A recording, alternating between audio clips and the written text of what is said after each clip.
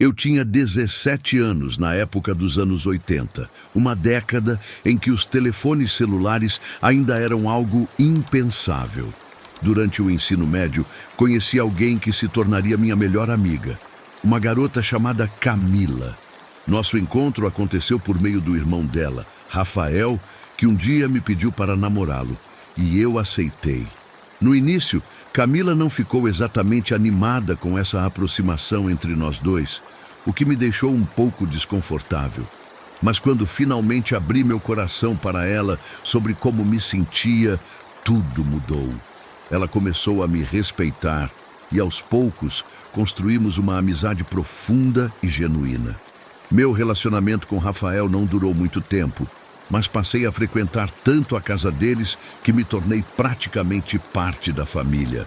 A mãe de Camila, uma mulher incrivelmente acolhedora, até me ofereceu a oportunidade de trabalhar como modelo em desfiles de moda. Foi uma experiência maravilhosa. Amei cada momento daquele trabalho e também o vínculo que desenvolvi com aquela família. Eles tinham uma dinâmica única, com um primo mais velho morando lá, além de gêmeos encantadores que traziam vida extra ao lar. Tudo parecia perfeito até uma noite específica, quando a mãe de Camila me pediu para passar a noite no local onde eu estava trabalhando. Era tarde e a maioria dos colegas já havia ido embora. Eu fiquei até o fim e, sem transporte disponível, decidi voltar a pé para a casa de Camila, que ficava a poucas quadras dali. Quando cheguei, o silêncio tomava conta da rua. Não havia luzes acesas em lugar algum, e as batidas na porta da residência não foram respondidas. Chamei novamente, mas nada. O vazio daquela cena começava a pesar, especialmente porque todas as casas vizinhas estavam igualmente escuras e quietas. Afinal, já passava das 11 horas da noite. Resolvi caminhar mais alguns quarteirões até encontrar um telefone público e liguei para Camila. Após algumas tentativas, ela atendeu e disse para eu voltar. Enquanto retornava, tentei me convencer de que tudo ficaria bem. Afinal, eu conhecia bem aquele lugar e sabia que sempre seria recebida com carinho pela família. Mas ao chegar, percebi que dentro da casa estava tão escuro quanto fora. Entrei e fui até o quarto de Camila, mas ela já havia voltado a dormir e fechado a porta. Os gêmeos, no entanto, estavam acordados, e ao perceberem minha presença, me convidaram para ficar com eles. Pareceu-me uma solução razoável, já que havia beliches no quarto e espaço suficiente. Eles tinham 9 anos e garantiram que seria divertido. Deitei-me em uma das camas de baixo, pronta para descansar, enquanto eles riam e contavam histórias. Contudo, notei que o primo mais velho estava lá também, aparentemente deitado no beliche superior. O ambiente estava completamente às escuras, e isso dificultava qualquer visibilidade.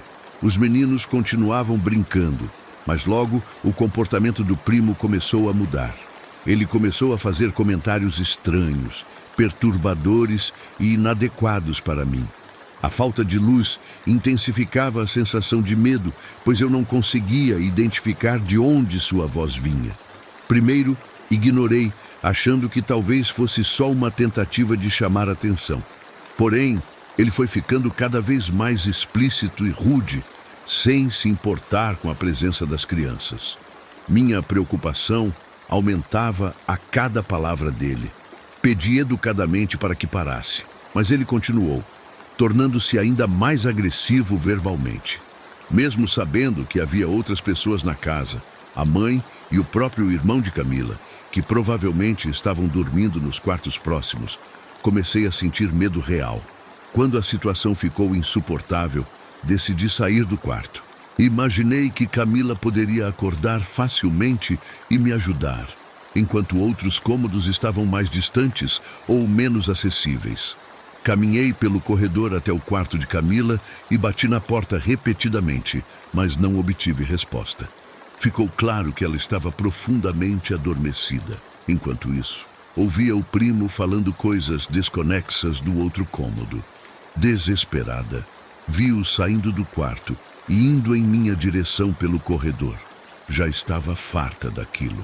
Conhecia bem a casa e me lembrei de um pequeno depósito ao lado do quarto onde estávamos. Decidi ir até lá e trancar a porta antes que ele chegasse ao corredor. Corri para o cômodo e fechei a porta com força, segurando a maçaneta com toda a minha força. Mas o espaço era ainda mais escuro do que eu imaginava e não conseguia encontrar o interruptor. Minha mente disparava enquanto tentava pensar em algo para bloquear a entrada, mas não havia nenhum objeto útil à vista. Depois de alguns minutos angustiantes, ouvi o som da maçaneta sendo girada. Meu coração paralisou ao ver a porta abrir facilmente, como se ele tivesse uma chave mestra da casa. Antes que eu pudesse gritar ou reagir, ele avançou sobre mim, cobrindo minha boca e nariz com uma mão, sufocando-me. Com a outra mão, começou a tocar partes do meu corpo de forma invasiva. Eu me senti completamente vulnerável, presa em uma cena que parecia tirada de um pesadelo. Lutava para respirar e tentava me soltar, mas era inútil. Cada segundo parecia uma eternidade. Aquela sensação me transportou para um episódio anterior da minha vida, envolvendo um ex-namorado da minha mãe.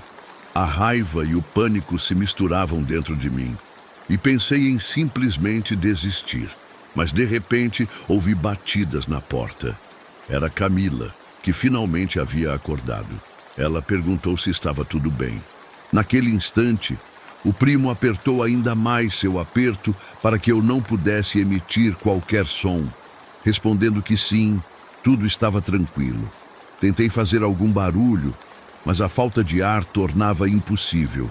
Sempre serei grata pela persistência de Camila. Em vez de aceitar a resposta dele, ela insistiu que queria ouvir minha voz, dizendo que eu estava bem. Isso foi o suficiente para que ele percebesse que ela não cederia. Ele me soltou imediatamente e eu gritei por socorro correndo para o quarto dela. Bati a porta atrás de mim e caí na cama, tremendo e chorando. Camila entrou logo depois e tentou me acalmar.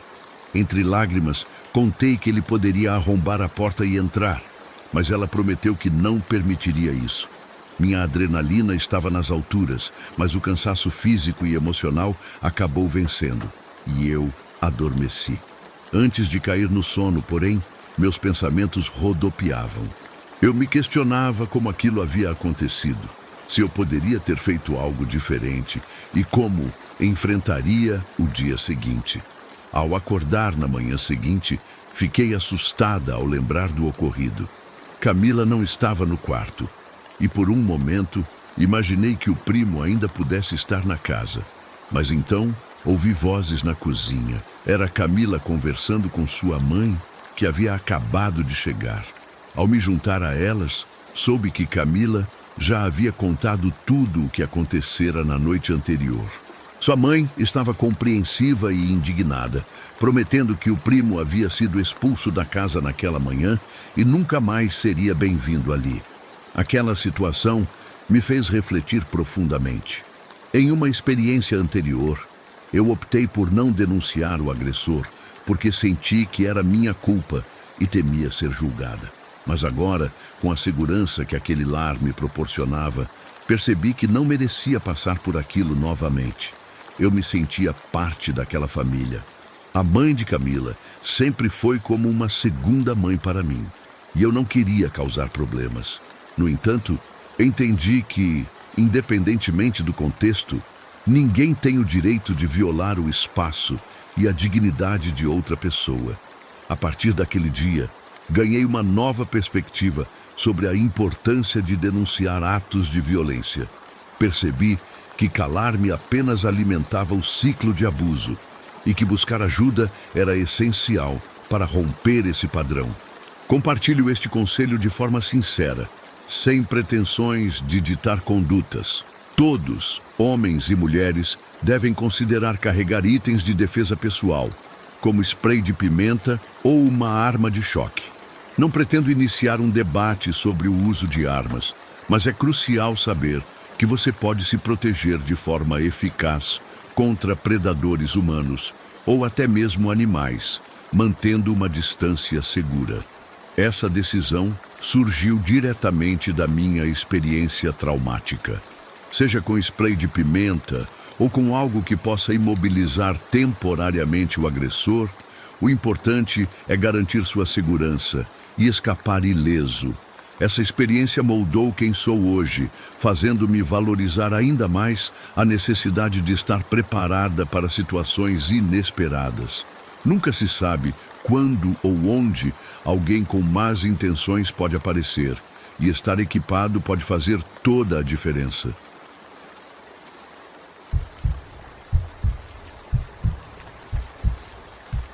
Naquela noite, decidi sair com um grupo de pessoas que mal conhecia.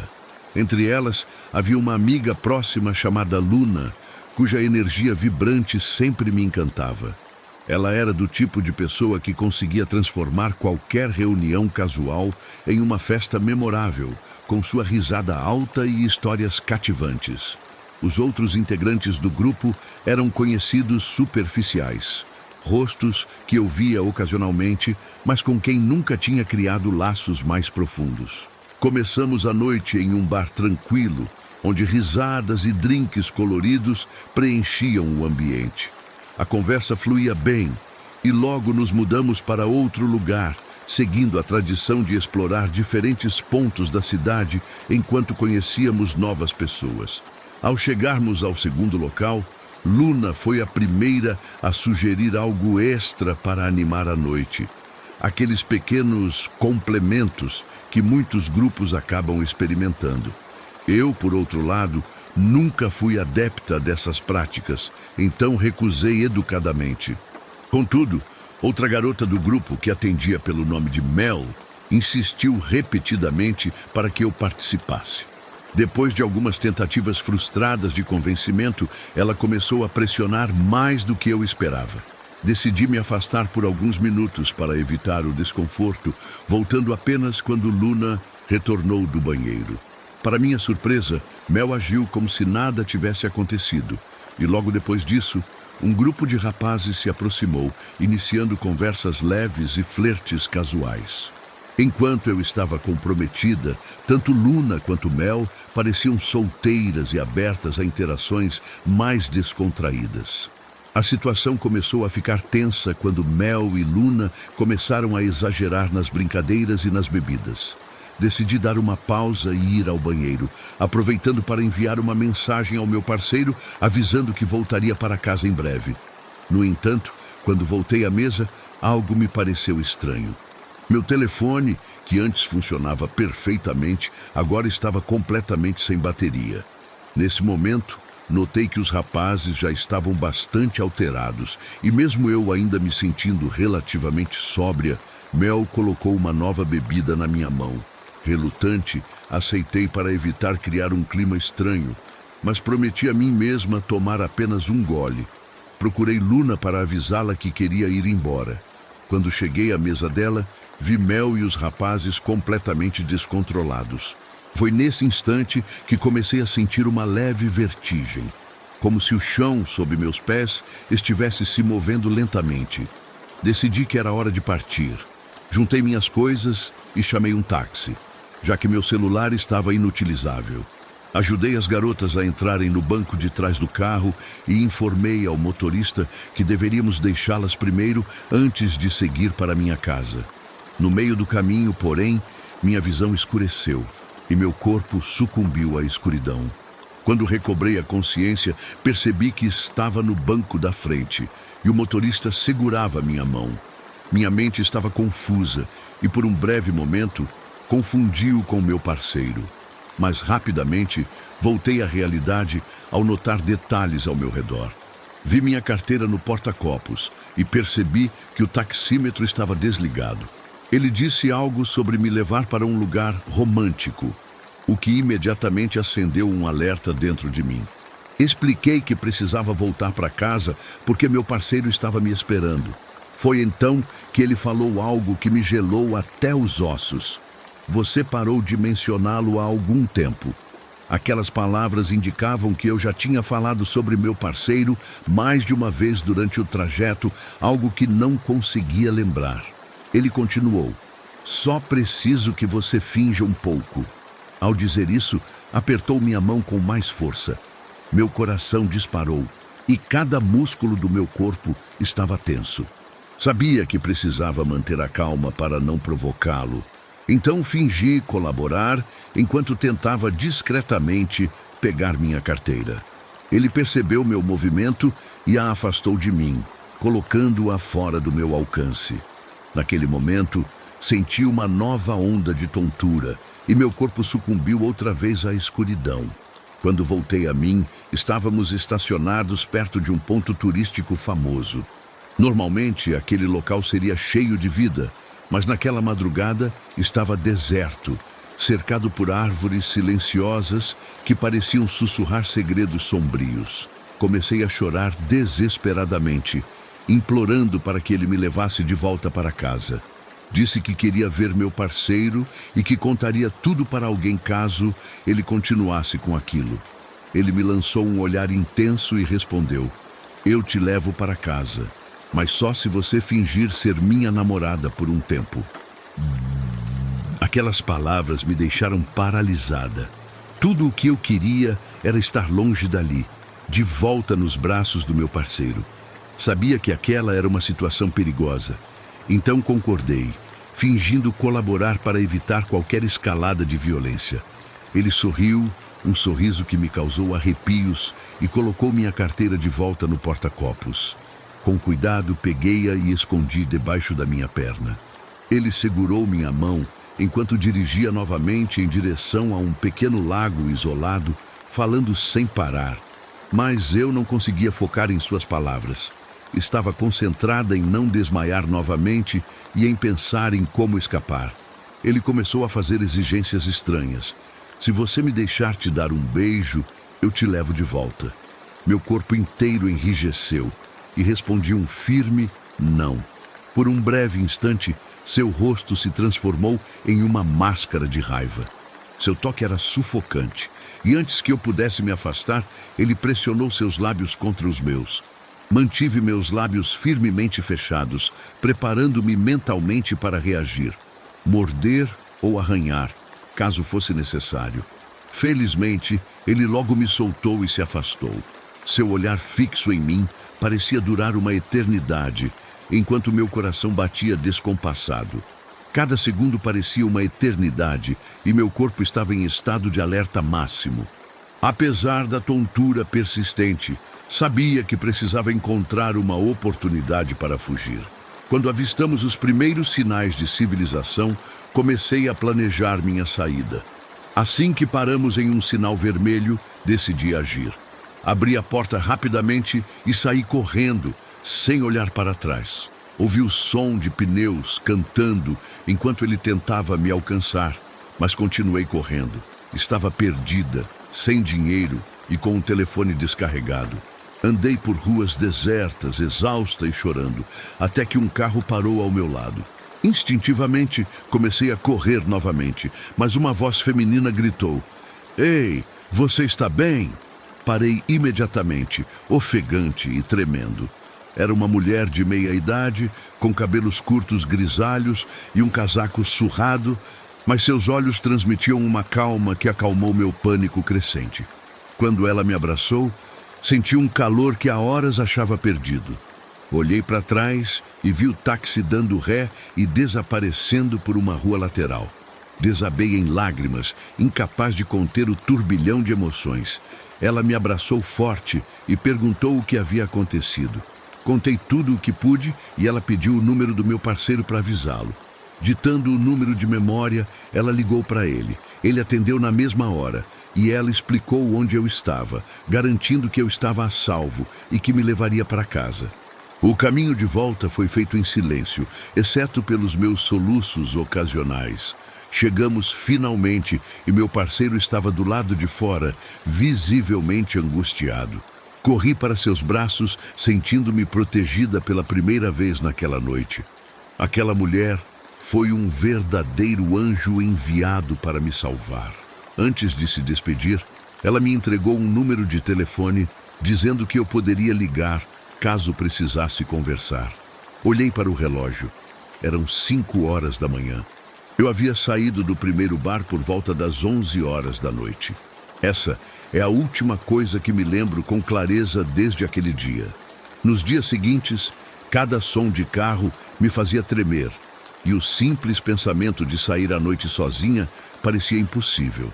Mas aos poucos, com o apoio do meu parceiro e das pessoas que realmente se importavam, comecei a reconstruir minha confiança. Desde então, nunca mais entrei em um táxi aleatório na rua. Sempre uso aplicativos de transporte, mas ainda assim sinto um frio na espinha toda vez que faço isso. Nunca mais soube do motorista, mas às vezes penso nele, preocupada com a possibilidade de que esteja à procura de outras vítimas. Às vezes, quando passo por aquele ponto turístico à noite, meu coração acelera involuntariamente. Sei que jamais verei aquele homem novamente, mas sua sombra permanece, lembrando-me de que nem sempre estamos tão seguros quanto imaginamos.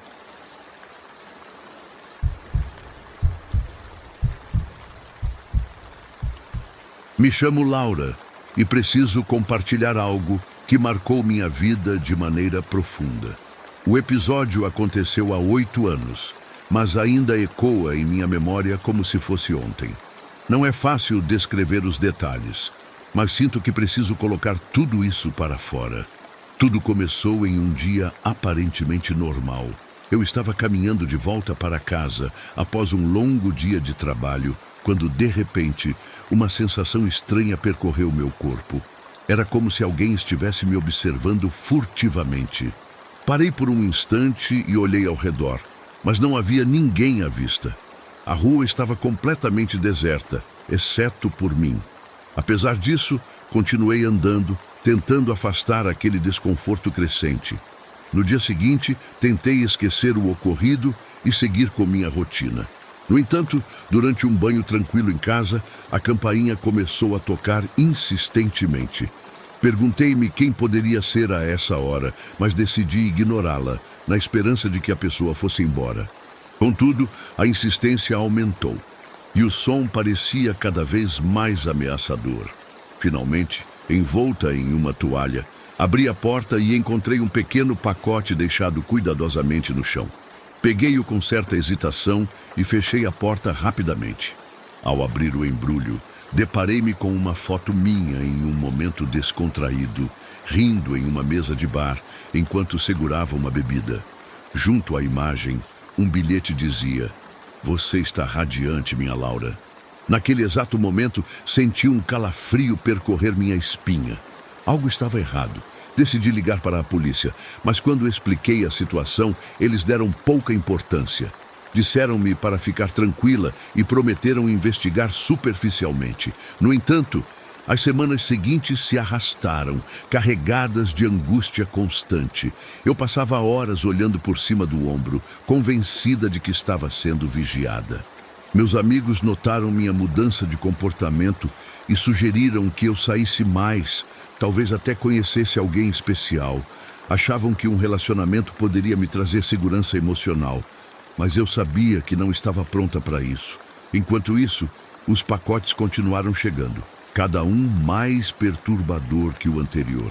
Recebi até mesmo peças íntimas acompanhadas de mensagens assustadoras, todas terminando com o mesmo apelido: Minha Laura.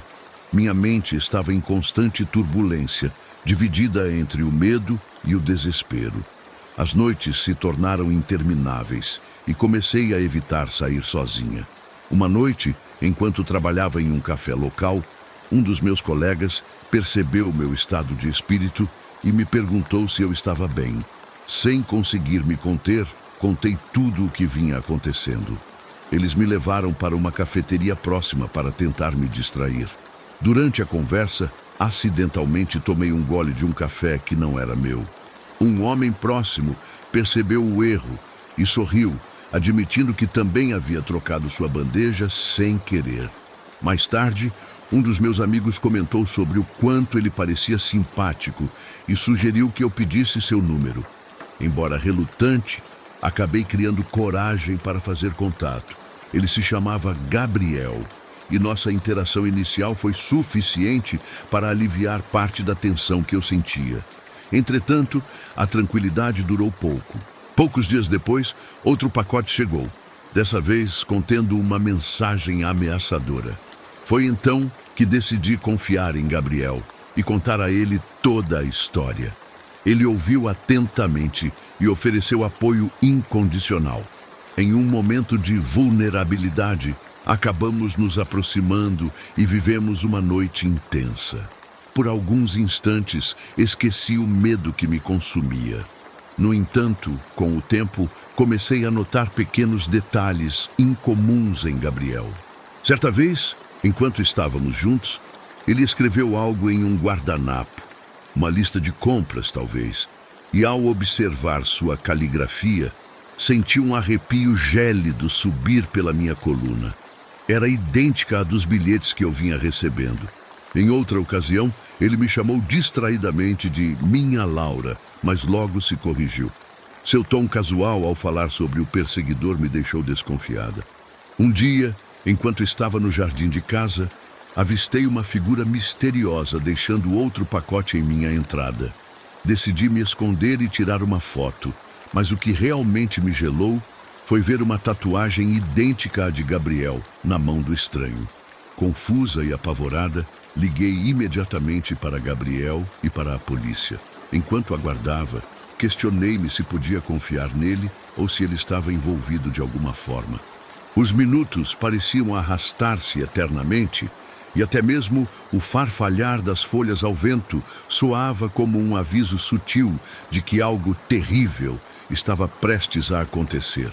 Quando os policiais finalmente chegaram, mostrei a eles as evidências e descrevi detalhadamente a pessoa que havia visto. Para minha surpresa, um dos agentes confirmou que já tinham um suspeito em vista. Gabriel, que também estava presente, ficou visivelmente tenso ao ouvir isso. Seus olhos se arregalaram por um breve instante e ele balbuciou algo inaudível antes de recompor-se. Quando os policiais mostraram fotos de possíveis culpados, reconheci imediatamente o homem da jaqueta roxa que eu frequentemente via nas redondezas. Ele era conhecido por outros casos semelhantes e estava sob investigação há algum tempo. Apesar do alívio momentâneo, ainda havia dúvidas pairando sobre Gabriel. A polícia montou uma armadilha para capturar o perseguidor. Após 2 noites de espera, ele finalmente apareceu, carregando outro pacote. Quando os policiais o cercaram, ele gritou em desespero: "Laura, você nunca vai se livrar de mim!" Aquelas palavras ecoaram dentro de mim como um trovão. Ele foi preso, mas a sensação de liberdade veio misturada com raiva e frustração. Voltei-me para Gabriel e desabafei tudo o que sentia, incluindo minhas dúvidas sobre ele. Para minha surpresa, ele respondeu com sinceridade e compreensão. "Eu também tive medo, Laura", disse ele, sua voz suave, mas firme. "Mas quero que você saiba que estou aqui para protegê-la." Embora o passado não possa ser apagado, senti que uma nova fase estava começando. A justiça, enfim, prevaleceu, mas as cicatrizes emocionais permaneciam. Refleti muito sobre como aquela experiência mudou minha perspectiva sobre confiança e relacionamentos. Aprendi que, às vezes, o medo pode nos isolar, mas também pode nos ensinar a buscar apoio onde menos esperamos. Hoje, sou grata por ter enfrentado meus temores, mesmo que isso tenha exigido um preço alto.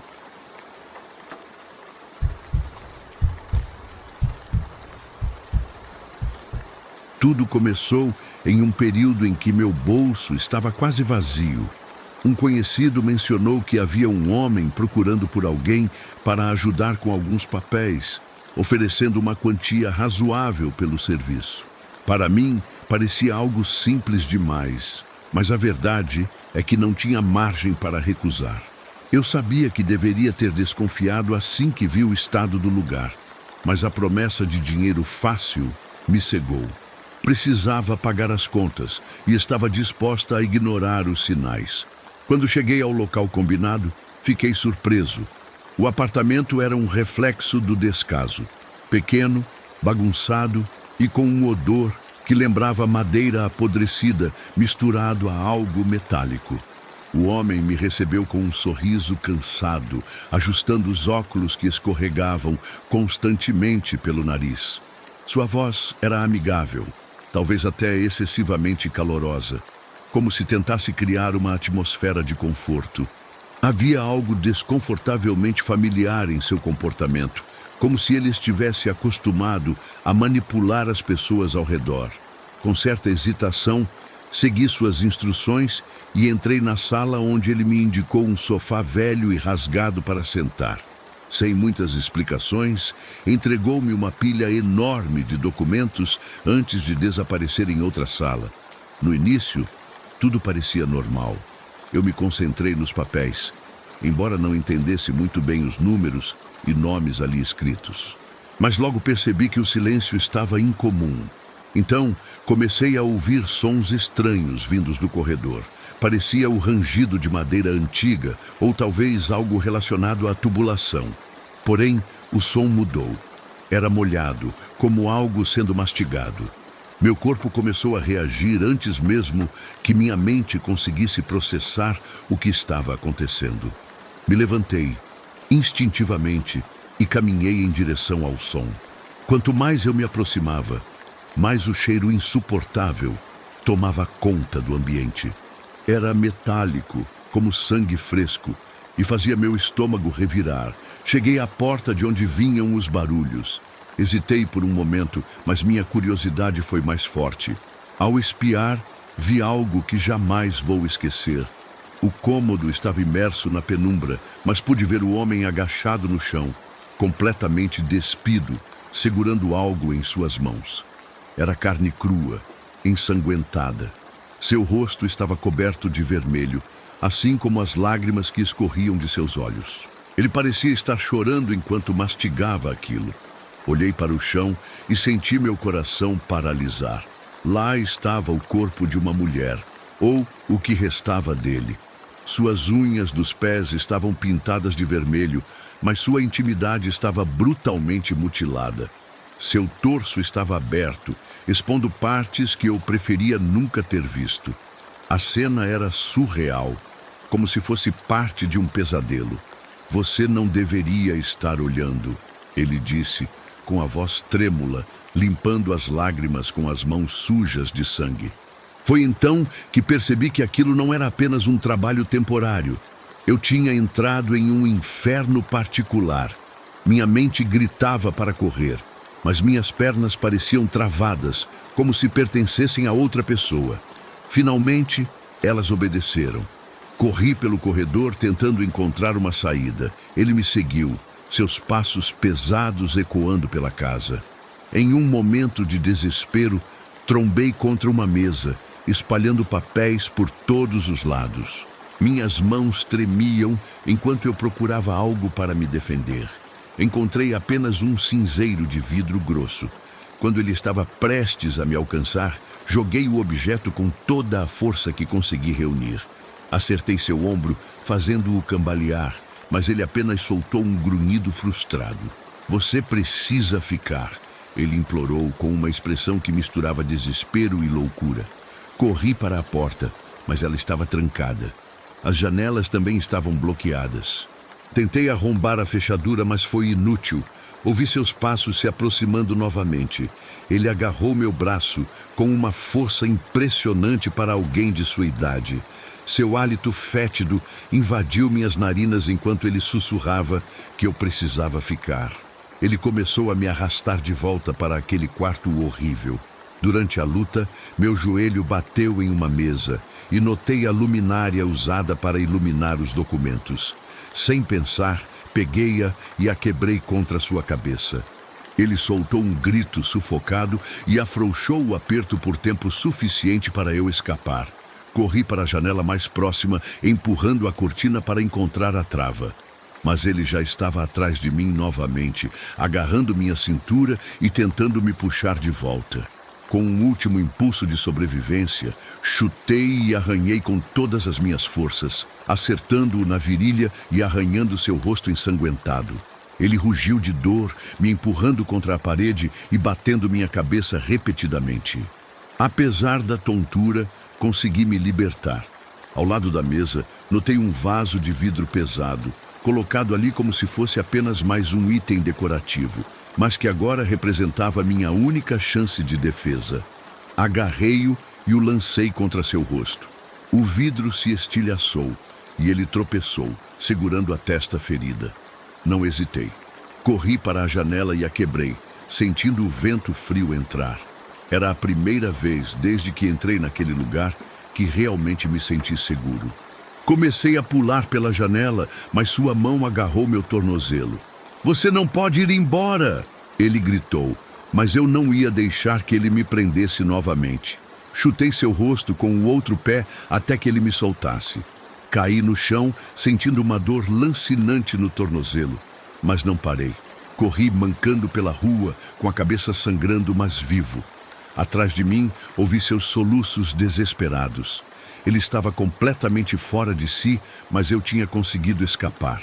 Assim que cheguei a um lugar seguro, chamei a polícia. Minhas mãos tremiam enquanto discava, tentando manter a calma, apesar dos soluços incontroláveis que escapavam de minha garganta. Cada passo que eu dava ecoava a dor latejante em meu tornozelo, mas eu sabia que precisava continuar andando para evitar que ele me encontrasse novamente. O homem foi preso poucos dias depois.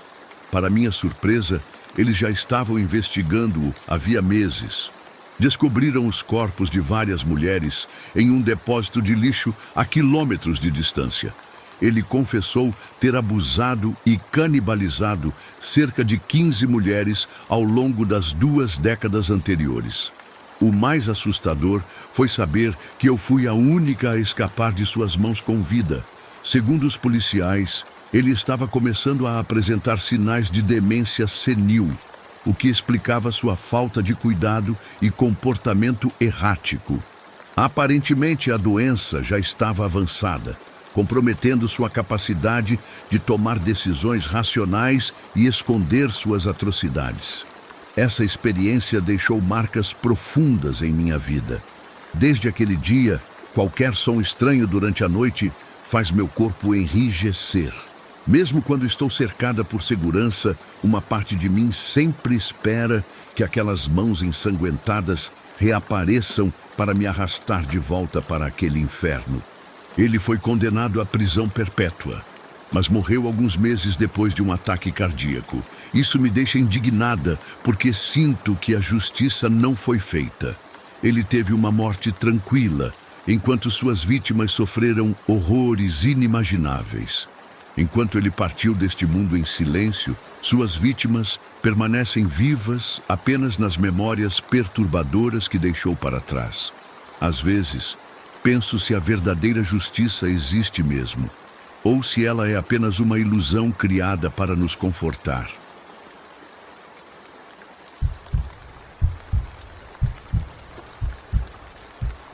Tudo começou como uma noite qualquer, dessas que a gente nem se lembra depois. Eu estava navegando em um aplicativo de encontros, trocando mensagens com um homem chamado Mateus, que dizia ser caribenho.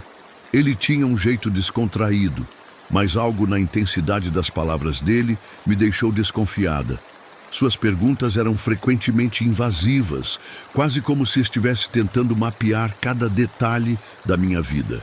Após algumas conversas, ele sugeriu que eu fosse até seu apartamento para assistir a um filme. O lugar ficava bem no centro da cidade, numa área movimentada e iluminada. Então achei que não havia muito com o que me preocupar. Mesmo assim, por precaução, deixei um bilhete para um amigo próximo com o endereço. Hoje, ao olhar para trás, percebo que deveria ter prestado mais atenção aos pequenos sinais que ele emitia. Quando cheguei, Mateus me recebeu com um sorriso que parecia ensaiado, como se estivesse tentando parecer mais amigável do que realmente era. Seu apartamento era apertado e desorganizado, com cartazes de filmes pregados nas paredes, miniaturas de heróis espalhadas pelo chão e DVDs empilhados sem critério algum. Havia também um cheiro persistente de comida velha, misturado a um leve odor de suor. Apesar de sua educação superficial, algo em sua postura me deixou incomodada. Tentei ignorar esse sentimento, convencendo-me de que talvez fosse apenas nervosismo meu. Fomos para a sala, onde ele fez questão de arrumar rapidamente as coisas, antes de sugerir um filme de terror para quebrar o gelo. Aceitei e me acomodei no sofá, mas logo percebi que algo estava errado. Em vez de prestar atenção à tela, Mateus me encarava fixamente, como se estivesse tentando decifrar cada detalhe do meu rosto. Seu olhar era invasivo, quase palpável, e isso me deixou profundamente desconfortável. Perguntei se estava tudo bem, mas ele apenas sorriu de forma forçada, sem jamais desviar os olhos. Tentei focar no filme, mas sentia seu olhar pressionando sobre mim, como se estivesse invadindo meu espaço pessoal. Conforme o tempo passava, fui me encolhendo cada vez mais no canto do sofá, tentando criar distância entre nós. Meu coração batia acelerado e, em certo momento, notei um sorriso sutil nos lábios dele, como se estivesse se divertindo com alguma piada interna. Sentia-me exposta, vulnerável, como se estivesse sob um microscópio. Quando o filme finalmente terminou, percebi que já era tarde e decidi que precisava ir embora. Ao me aproximar da porta, Mateus veio atrás de mim, posicionando-se mais perto do que eu considerava confortável. A timidez inicial havia desaparecido, substituída por uma atitude calculada e estranha. Essa foi a melhor noite da minha vida, ele disse baixando a voz. Não quero que termine. Forcei um sorriso e sugeri que poderíamos nos ver outra vez. Mas preciso acordar cedo amanhã, acrescentei, tentando parecer casual. Ele me encarou por um instante com um olhar que me deixou ainda mais tensa. Saí dali tão rápido quanto pude, sem correr, mas com o coração disparado. Quando cheguei em casa, vi que Mateus já havia enviado várias mensagens. No início, elas eram inofensivas, dizendo que tinha adorado a noite e mal podia esperar para me ver novamente. Mas pouco a pouco, o tom mudou, tornando-se possessivo. Por que você não responde? Ignorar pode te fazer se arrepender. Decidi bloqueá-lo imediatamente. No entanto, alguns dias depois, às 2 da madrugada, recebi uma mensagem de um número desconhecido. Ignorei, tentando voltar a dormir, mas meu celular vibrou novamente. Desta vez, havia um anexo que me gelou até os ossos. Era uma foto da minha casa, tirada do lado de fora, com as cortinas fechadas e minha silhueta visível no andar de cima. Meu coração parou. Caminhei até a janela, tentando ver se alguém estava ali, mas a rua estava assustadoramente vazia. Tremendo, tranquei todas as portas e janelas, sentindo minha respiração ficar rasa. Decidi ligar para a polícia, que chegou rapidamente. Mas quem quer que estivesse lá já havia ido embora. Eles me disseram para ficar de olho, mas sem provas concretas não havia muito que pudessem fazer. Tentei me convencer de que aquilo era apenas uma brincadeira de mau gosto, mas no fundo sabia que não era. Mais tarde, descobri que Mateus havia copiado minhas chaves durante minha visita, algo que eu jamais desconfiei. Isso explicava como ele conseguiu entrar na minha casa semanas depois. Eu estava faminta e exausta quando cheguei em casa após um longo dia de trabalho. Foi então que percebi algo que me deixou paralisada. A porta estava entreaberta. Não conseguia acreditar no que via. Entrei devagar, com o coração na boca, e embora tudo parecesse normal, o ar estava pesado, como se algo invisível estivesse pairando ali. Verifiquei todos os cômodos e armários, mas não encontrei nada. A sensação de invasão, no entanto, não me abandonava. Decidi trocar as fechaduras e instalar uma câmera de segurança na entrada, na esperança de me sentir mais segura. 3 noites tensas se passaram até que, ao voltar para casa, tive uma surpresa aterrorizante. As luzes estavam acesas, e eu tinha certeza de que não as havia deixado assim. Quando entrei, o silêncio era opressor. Foi então que o vi. Mateus estava tranquilamente deitado no meu sofá, como se fosse dono do lugar. Seu rosto exibia uma calma perturbadora. E na mesa ao lado, meu laptop estava aberto, exibindo uma mensagem que me fez o sangue gelar. Bem-vinda de volta. Estava esperando por você. A realidade me atingiu como um soco, e o pânico tomou conta de mim. Tentei recuar em direção à porta, mas estava completamente paralisada. Queria fugir, mas ele foi mais rápido. Bloqueou a saída com o corpo e tirou uma faca do bolso. A lâmina brilhava friamente sob a luz e meu corpo inteiro tremia. "Sente-se!" ele ordenou, apontando para a cadeira à minha frente. Não tive escolha senão obedecer. Ao olhar para a tela do laptop, vi algo que me fez sentir náuseas. Minha mãe estava amarrada a uma cadeira em um quarto escuro, com o rosto machucado e os olhos cheios de medo. Meu coração se partiu. De repente, uma voz distorcida ecoou pelos alto-falantes. "Olá, você foi selecionado para participar do nosso programa. É hora de jogar." Uma contagem regressiva apareceu na tela. "Salve ou elimine sua mãe." Ouvi risadas atrás de mim, tão próximas que pude sentir a respiração gelada de Mateus no meu pescoço. "Isso não é sobre mim", ele sussurrou. "É sobre você. E o público quer entretenimento. Não os decepcione." Os comentários na sala de bate-papo eram cruéis, repletos de provocações e zombarias. Minha mão tremia enquanto eu tentava decidir o que fazer. A pressão aumentava a cada segundo que passava e, ao final, escolhi salvar minha mãe. Sua risada ecoou dentro de mim como um trovão aterrorizante. "Eles não querem que eu salve a sua mãe", ele disse, e cada palavra me afundava mais no desespero. Uma nova mensagem apareceu na tela. "Desta vez, a decisão é inteiramente sua." Olhei para os olhos da minha mãe, cheios de lágrimas, e soube que o tempo estava se esgotando. Com o coração acelerado, cliquei em eliminar, pensando que talvez isso pudesse salvá-la. Mas a tela ficou preta, e por um momento achei que tudo havia terminado. Então Mateus se inclinou para mim com um sorriso sinistro. "Boa escolha", ele murmurou, e antes que eu pudesse reagir, pressionou um pano contra meu rosto.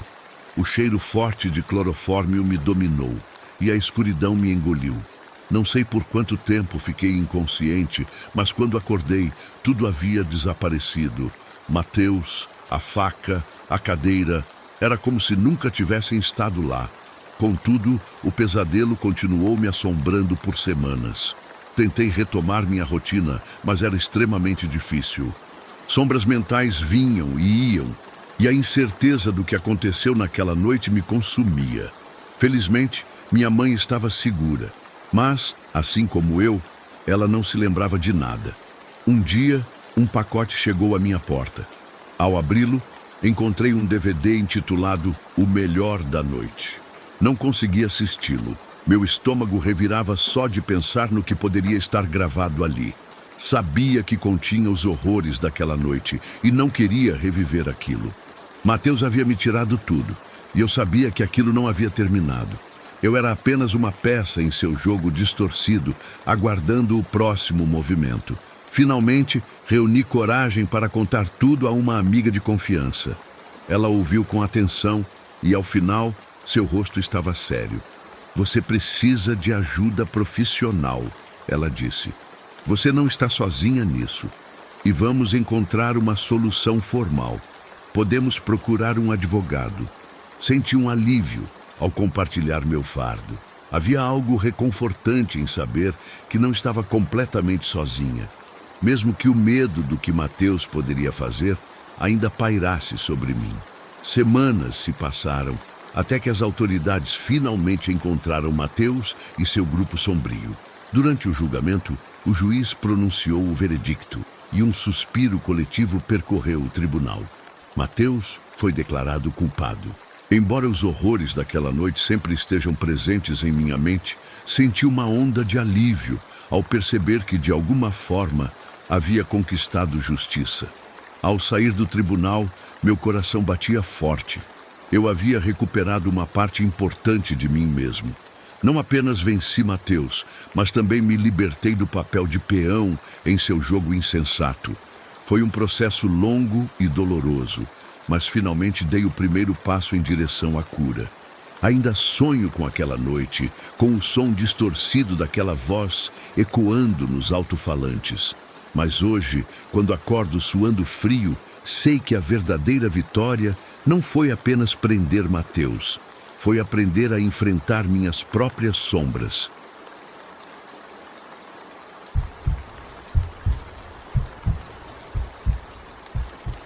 Não sou o tipo de pessoa que costuma se aventurar em aplicativos de relacionamento. A ideia sempre me pareceu superficial, algo que não combinava comigo. No entanto, a solidão tem um jeito peculiar de nos empurrar para lugares onde nunca imaginamos estar, especialmente em ocasiões como a data dedicada aos casais. Morava sozinha em uma cidade grande e fria, onde as pessoas pareciam mais preocupadas em sobreviver do que em perguntar uns aos outros como estavam. Essa sensação de isolamento pesava sobre mim como uma nuvem cinzenta, ecoando nos corredores vazios do meu apartamento e nos silêncios prolongados das noites sem fim. Há alguns meses, a melancolia tomou conta de minha rotina. Sentia-me sufocada pela monotonia e pela falta de conexão verdadeira.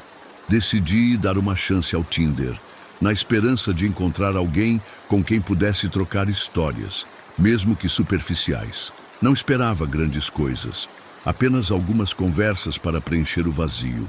Sabia que provavelmente encontraria histórias banais ou, quem sabe, algum indivíduo estranho enviando mensagens inapropriadas. Até que conheci Samuel. O perfil dele não era extravagante, mas chamou minha atenção por sua simplicidade. Uma foto dele sorrindo com uma xícara de café artesanal nas mãos. Nada de figurinhas exageradas ou frases prontas. Curiosa, deslizei para a direita e fomos correspondidos quase que imediatamente. A conversa fluiu de maneira surpreendente. Trocamos ideias sobre música, literatura e até mesmo filmes obscuros que poucas pessoas conheciam. Era como se tivéssemos encontrado um terreno comum em meio à multidão virtual.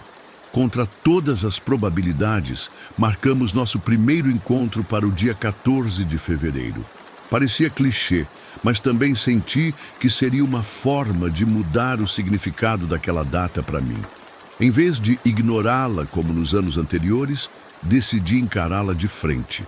Queria transformar aquele dia em algo diferente, algo que não fosse marcado apenas pela ausência. Naquela noite, combinamos de nos encontrar em um bar discreto no coração da cidade.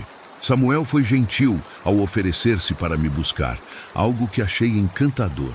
Se eu soubesse o que estava por vir, ele chegou pontualmente, uma raridade nos encontros modernos. Vestia uma jaqueta escura e calças jeans ajustadas, transmitindo uma aparência casual, porém cuidada. Ele não tinha aquela beleza hollywoodiana, mas seu sorriso possuía algo intrigante, como se estivesse constantemente avaliando o mundo ao redor. Durante o trajeto até o bar, conversamos sobre assuntos triviais. Ele mencionou que fazia meses que não saía com alguém, mas algo em sua voz me deixou desconfiada. Decidi relevar. Afinal, quem não exagera um pouco no início? O bar era acolhedor e tranquilo, praticamente vazio. Cheirava a madeira envelhecida e cerveja artesanal, com luzes amareladas refletindo nos copos meio vazios. Pedimos algumas cervejas artesanais e nos instalamos em um canto reservado. Tudo parecia normal e Samuel mostrou-se divertido e atencioso. Contudo, havia momentos em que ele desviava o olhar, como se algo invisível estivesse demandando sua atenção. Ele falou sobre sua profissão como designer gráfico, compartilhou sonhos sobre projetos pessoais e mencionou sua infância em uma pequena cidade no estado de Ohio. Isso me chamou a atenção, já que meus pais eram originários de lá. Mas, conforme a noite avançava, pequenas inconsistências começaram a surgir. Samuel respondia a minhas perguntas de maneira ambígua, como se esquecesse detalhes da conversa anterior. Em determinado momento, seu tom de voz mudou abruptamente, como se outra pessoa estivesse falando. Para piorar, ele se referiu a si mesmo na terceira pessoa. Samuel sempre foi um bom garoto, disse, acompanhado de uma risada desconcertante. Tentei racionalizar aquilo como nervosismo ou cansaço, mas algo dentro de mim começou a soar alarmes. Quando saímos do bar e ele sugeriu me levar para casa, uma sensação incômoda percorreu meu corpo. Era como se um sexto sentido estivesse me avisando para tomar cuidado. Ignorei, algo que mais tarde me arrependi profundamente. Em vez de seguir o caminho habitual, Samuel entrou em uma rua desconhecida. É um atalho, não se preocupe, ele disse. A via estava deserta e mal iluminada, e meu instinto gritava para que eu prestasse atenção. De repente, ele comentou que queria me mostrar algo especial. Minha mente começou a entrar em pânico, enquanto percebi que estávamos entrando em um beco sem saída, cercado por árvores altas. O vento carregava o cheiro úmido de folhas decompostas, e o som dos galhos rangendo ecoava como ossos secos. O que estamos fazendo aqui? Quero ir embora, declarei, tentando disfarçar o medo crescente. Ele se virou para mim com uma expressão que jamais esquecerei. Um misto de diversão e algo mais sombrio. Relaxe, não vou te machucar, afirmou. Mas suas palavras só aumentaram minha angústia. O que está acontecendo? Me deixe sair. Ele respondeu com frieza. Pare de criar drama. Confie em mim. Aquilo foi o suficiente para que eu tentasse abrir a porta, mas ela estava trancada. Nós só queremos conversar. Por que você insiste em complicar? Ele continuou, agora usando o plural, como se não estivesse sozinho. Aquela frase me fez lembrar de verificar o banco de trás, e foi quando o terror tomou conta de mim completamente. Havia luvas de látex e uma corda ali. Meu coração paralisou e minha respiração ficou presa na garganta como um nó apertado. O que é isso? Perguntei, minha voz tremendo. Ele me encarou com um sorriso enigmático, como se estivesse observando minha reação. Sabia que precisava agir rápido. Comecei a bater nas portas e janelas, mas tudo estava trancado. Então, com uma força impressionante, ele segurou meu pulso. Não complique as coisas, murmurou. Mas eu não ia me render tão facilmente. Lutei com todas as minhas forças, chutando, mordendo e arranhando, mas seu aperto era firme como ferro. Foi então que notei algo estranho em seu rosto. Uma mudança sutil, como se outra personalidade estivesse tomando controle. Desculpe-me, ele disse, agora com uma voz distante. Às vezes não sei quem sou. Aquilo me fez hesitar por um segundo, mas logo percebi que precisava aproveitar qualquer distração. Reuni toda a coragem que tinha e dei um soco certeiro em seu rosto. Ele ficou atordoado, o que me deu a chance de destravar a porta e escapar para a escuridão. Corri desesperadamente, sem saber para onde estava indo. Atrás de mim, ouvi seus passos ecoando. "Volte aqui!" ele gritou, mas continuei em disparada. Finalmente, encontrei um galpão abandonado e me escondi lá, tentando controlar minha respiração. Do meu esconderijo, ouvi seus passos se aproximando. "Você realmente acha que pode se esconder de mim?" Ele estava cada vez mais perto. Tateei ao redor até encontrar um pedaço de madeira solto. Quando ele abriu a porta, balancei a madeira contra ele, mas errei o golpe. Ele riu de maneira perturbadora e soube que precisava agir antes que fosse tarde demais. Fechei os olhos, preparando-me para o pior, mas, de repente, sua expressão mudou novamente. "Onde estou? O que aconteceu?" Ele balbuciou confuso. Aproveitei aquele momento de distração para golpeá-lo com força, fazendo-o perder o equilíbrio. Corri em direção à estrada, rezando para encontrar ajuda. Alguns minutos depois, vi um carro se aproximando. Acenei freneticamente e o motorista parou bruscamente. Entrei no veículo e implorei por ajuda. "Por favor, me ajude! Há um homem me perseguindo!" exclamei, tentando recuperar o fôlego. O motorista, um homem de meia idade com olhos bondosos, franziu a testa preocupado. O que aconteceu? Você está bem? Assenti rapidamente, ainda tremendo. Olhei para trás e vi Samuel parado no meio da estrada, com uma expressão indecifrável. No dia seguinte, a polícia o prendeu. Em sua casa, foram encontrados vídeos secretos e uma lista de nomes, incluindo o meu. Ele foi diagnosticado com transtorno dissociativo de identidade, o que explicava as mudanças drásticas em sua personalidade. Foi encaminhado para tratamento em uma instituição psiquiátrica. Nunca mais usei aplicativos de namoro. As verdadeiras vítimas eram as mulheres daquela lista, e eu quase me tornei uma delas. A experiência deixou marcas profundas em mim. Passei semanas em terapia, tentando processar tudo o que havia acontecido.